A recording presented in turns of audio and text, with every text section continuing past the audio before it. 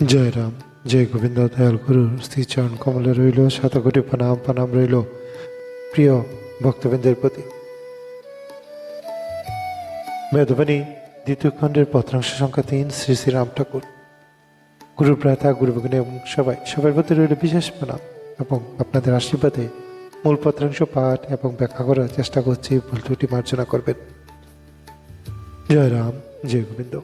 এই সংসার মায়ামুগ্ধবশত বাসনা জালে চরাচর ঘুরিয়া বেড়াইতে হয়। প্রয়োজন বিষয়ে জানিতে না দিয়া কেবল অনিত্য অভাবেরই সৃষ্টি করিয়া ফেলে। মনে যাহা ভালো বোধ করে তাহাই করিয়া থাকে।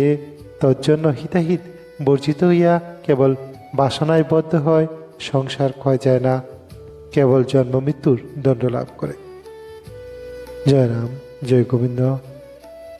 গুরু ভ্রাতা, গুরু ভগিনী এবং সবার প্রতি বিশেষ অনুরোধ রইল আমাদের এই চ্যানেলটি সাবস্ক্রাইব করার জন্য।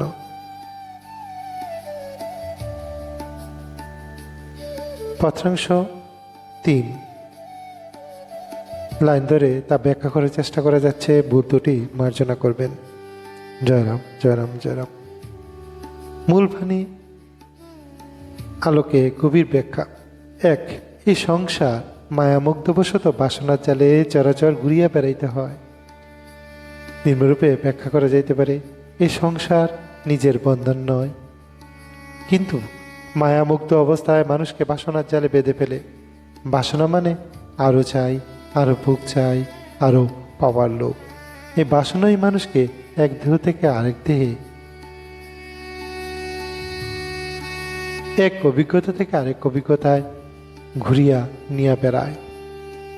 এটাই হলো সংসার চক্র, সংসারের মূল চক্র। জয় রাম, জয় গোবিন্দ। দ্বিতীয় লাইনে দয়ালগুরু বলেছেন, প্রয়োজন বিষয় জানিতে না দিয়া কেবল অনিত্য অভাবের সৃষ্টি করিয়া ফেলে, পারাইয়া ফেলে। বাসনা মানুষকে প্রয়োজন ও লোভের পার্থক্য বুঝতে দেয় না। প্রয়োজন এবং লোভের যে পার্থক্য আছে তা বুঝতে দেয় না। প্রয়োজন সীমিত, কিন্তু বাসনা অসীম, অসীম, অসীম। যা আছে তাদের যথেষ্ট বলে মনে হয় না। সবসময় মনে হয় আরো চাই, আরো চাই, আরো চাই। জয় রাম, জয় রাম, জয় রাম। এভাবে অনিত্য ক্ষণস্থায়ী অভাব জন্ম হয়, অনিত্য ক্ষণস্থায়ী অভাব সৃষ্টি হয়, যা আসলে মনের সৃষ্টি, যা মনকে শান্তিতে থাকতে দেয় না। সর্বদাই সেই বাসনা পূরণের জন্য সদা বিপরীত থাকে মন। জয় রাম, জয় গোবিন্দ।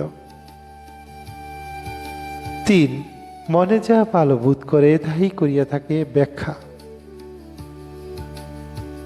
নিম্নরূপে করা যাইতে পারে। মায়ায় আবদ্ধ মানুষ বুদ্ধির নির্দেশ মানে না, শাস্ত্রের কথাও সে শোনে না, অভিজ্ঞতার শিক্ষাও সে মানে না। সে বলে, আমার ভালো লেগেছে তাই করছি। এই ভালো লাগাই সবচেয়ে বিপজ্জনক, কারণ এটি ক্ষণিকের অনুভব, ক্ষণিকের অনুভব। জয় রাম, জয় গোবিন্দ।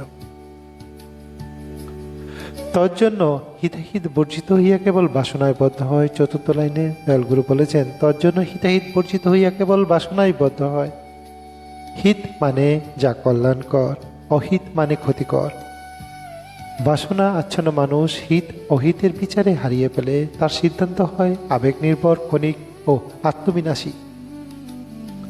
এই অবস্থায় সে বাসনার দাসে পরিণত হয় বা নিজেকে বাসনার দাসে পরিণত করে। জয় রাম, জয় গোবিন্দ। 5, সংসার ক্ষয় যায় না। ব্যাখ্যা, সংসার তখনই ক্ষয় হয় যখন বাসনা ক্ষয় হয়। শুধু বাহ্যিক পরিবর্তনে, স্থান বদল, সম্পর্কের বদল, কাজ বদল সংসার ক্ষয় হয় না। বাসনা থাকলে সংসার নতুন রূপে ফিরে আসে। সংসার ক্ষয় যায় না। ব্যাখ্যা, সংসার তখনও ক্ষয় হয় না যখন বাসনা ক্ষয় হয়। শুধু বাহ্যিক পরিবর্তন, স্থান বদল, সম্পর্ক বদল, কাজ বদল সংসার ক্ষয় হয় না। বাসনা থাকলে নতুন রূপে সংসারে ফিরে আসে। জয় রাম, জয় গোবিন্দ। 6, জন্ম মৃত্যুর দ্বন্দ্ব লাভ করে। এই লাইনটি নিম্নরূপে ব্যাখ্যা করা যাইতে পারে। বাসনাবদ্ধ মানুষকে মুক্তি দেয় না। সেই বাসনা বরং তাকে বারবার জন্ম মৃত্যুর চক্রে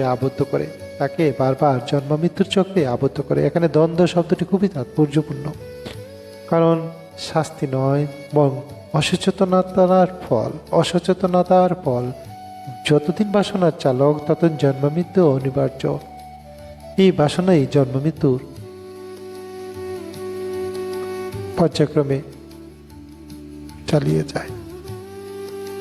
উক্ত বাণীর সারকতা নির্মরূপ এই পত্রাংশ আমাদের শেখায়, বাসনাই সংসারের মূল চালিকা। প্রয়োজন না বুঝলে অভাব বাড়ে, ভালো লাগা সবসময় কল্যাণকর নয়।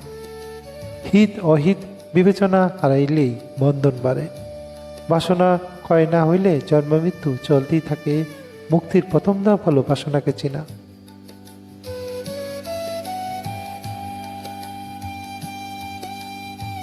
শিক্ষামূলক উপসংহার। শ্রী ঠাকুর এখানে আমাদের ভয় দেখাননি, তিনি আয়না দেখিয়েছেন। তিনি বলেছেন, সংসার থেকে পালিয়ে নয়, বাসনার উপর সচেতন হয়েই মুক্তি। যেদিন মানুষ প্রশ্ন করতে শিখে এটা আমার প্রয়োজন বা না বাসনা, সেদিন মুক্তির পথ খুলতে শুরু করে। জয় রাম, জয় গোবিন্দ।